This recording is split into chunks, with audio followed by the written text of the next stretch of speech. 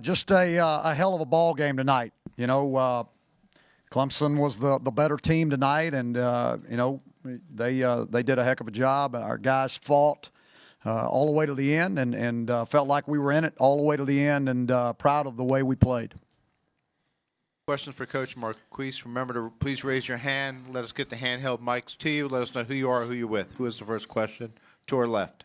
Andrea Adelson, ESPN.com. Larry, any comment about the offside call that was made on the onside kick? I had a chance to look at it, and they missed it. They were wrong. That's all I'm going to say about it. They were wrong.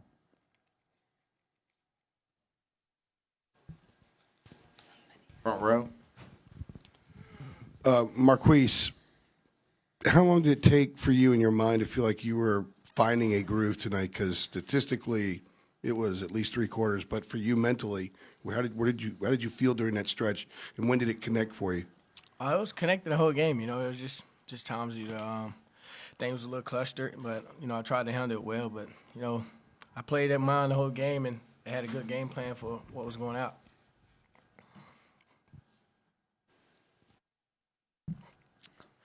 I don't want to sit here all night, so let's get rolling. Coach, I know.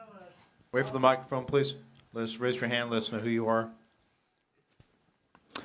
Greg Barnes in South Carolina. Coach, what were they able to do so effectively running the ball?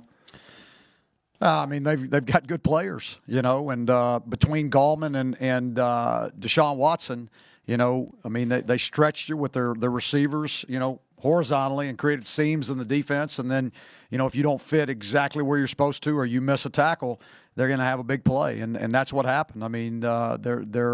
Those guys made plays when they needed to. They broke tackles and, made some people miss. But they both did a heck of a job.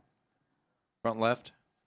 Jordan Huck up with New Bern Sun Journal. Just kind of in a game like this when you got two really good teams, two really good quarterbacks, good players at every position matching up with each other, and obviously a close game like that where at the end you had a chance to win. Now that you can, obviously you'll have more time to reflect, but, what's your kind of overall thoughts on have you thought about anything yet, that one thing or a couple things you could have done differently in this one?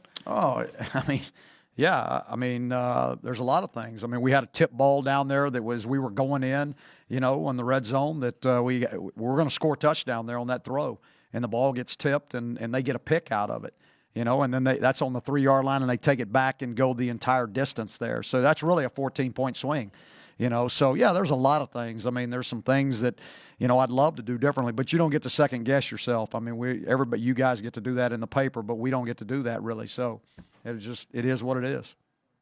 Back right. Brett McMillan, WBT. Marquise, you come back to Charlotte again, and this twice in Charlotte this year you have not been able to come through with a win. Does that just eat away at you? Oh, yeah, it's tough, coming back hometown and just not being able to get a win. But I'm glad. I'm excited the way we fought today. A lot of people thought we was going to come out here and just lay an egg the way we did, but we didn't. We came out and fought to the end. That's what I love about this team. And, so what, I didn't win. I like the outcome of my team. Front left. Larry Andrew Carter here with the News and Observer. With the way the game ended, with the offsides penalty, how much more difficult does that make it for you, knowing that you should have had a chance that you didn't get? Yeah, I don't know if we would have gone down and scored, but there was it was like 1 minute and 8 seconds left on the clock, and we should have had the ball. At about midfield, and the way we had moved it the last couple series, I would have felt pretty good about that. So it isn't going to change. It doesn't matter one way or the other. So I'm going to have to swallow it like a man and just take it. And that's just the way it is, So we came up short. Don't take anything away from what Clemson did tonight, because they're a dang good football. They're the number one team in the country, and they, you got to give them credit, and we'll be pulling for them. Middle of the room. Tyler Duke, Fox Sports South. Marquise, can you talk about Clemson's front seven and how tough their pass rush was tonight? Oh, those are guys who get after you. They was big and physical and fast. And, I credit goes out to that defense. They played one heck of a game tonight. And it was fun to go against a good competition. I love competition. We love competition. And they played a heck of a game tonight. Front. Coach John McCann from the Herald Sun in Durham. Coach, is it too soon to tell if Sam Smiley could have shown up anything on the defensive end? Well, I mean, you obviously Sam was our starter, and yeah, we would have loved to have him, but it just doesn't work out that way. He went down, and the next guy stepped up. Dominique, I'm sure, played well. I don't know how he played in the game, but you'd have loved to have him, but it just doesn't happen that way. Guy goes down, next guy's got to step up, and everybody's got to pull up their boots a little higher, and they got to make it work. And I mean, again, our guys played hard tonight. Now they played hard. Did everything go the way we wanted it to? No, but they played hard, and I'm proud of the way they played. Front row again. Coach, thought process in the fake punt? Well, I thought it was there, and we didn't execute it. We just didn't execute it, and that's, again, that just, we were playing really well in all our special teams units, and we had a good fake, and it was set up, and it was there. We just didn't execute it. So we didn't get it done. Front row, far left. Yeah, Larry, Sammy Batten for the Fayetteville Observer. On the onside kick, were you pinpointing a particular area or a particular player to kick it at there? Well, it's based on some things that we're looking for, so I'd rather not tell you that because we may need it in the bowl game, so I'd prefer not to tell you. No, this is for Marquise and Larry, you as well. Okay. Storyline this year has been about grit, and talked a lot about how when you were down by 21 at Georgia Tech, nobody really panicked. Was that the same situation tonight when you guys were down 19? Was there any change on the sideline and how you're approaching the game?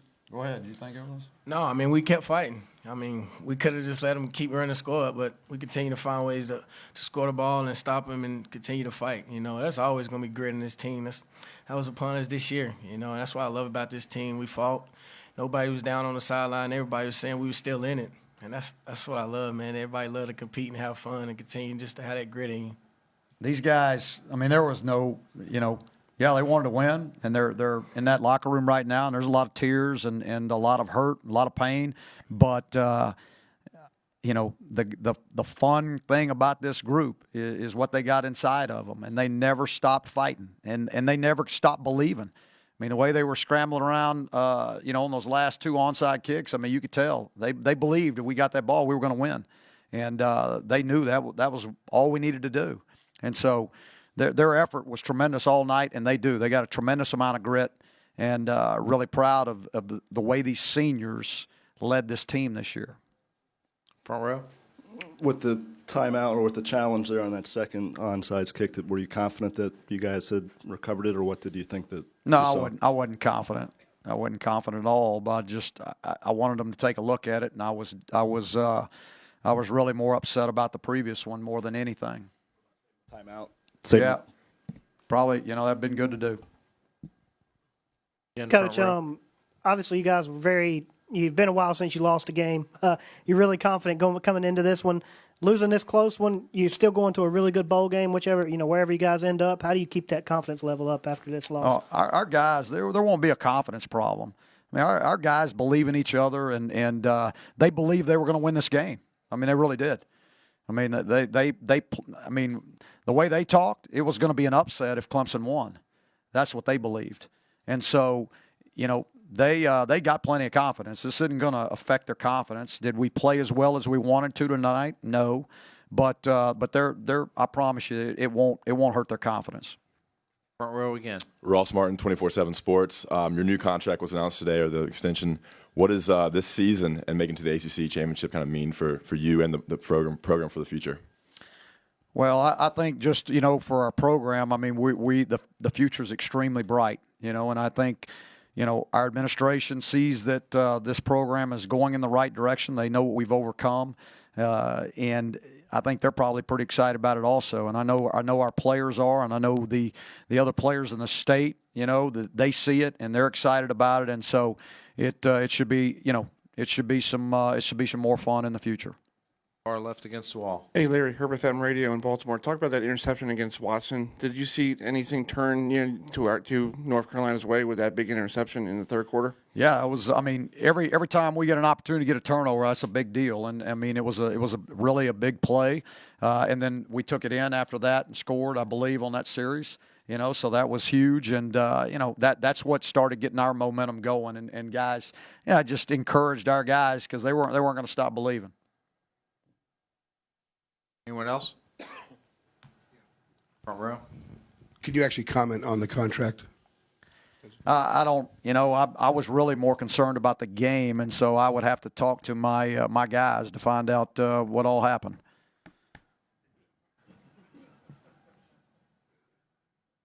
Anyone else? Front row.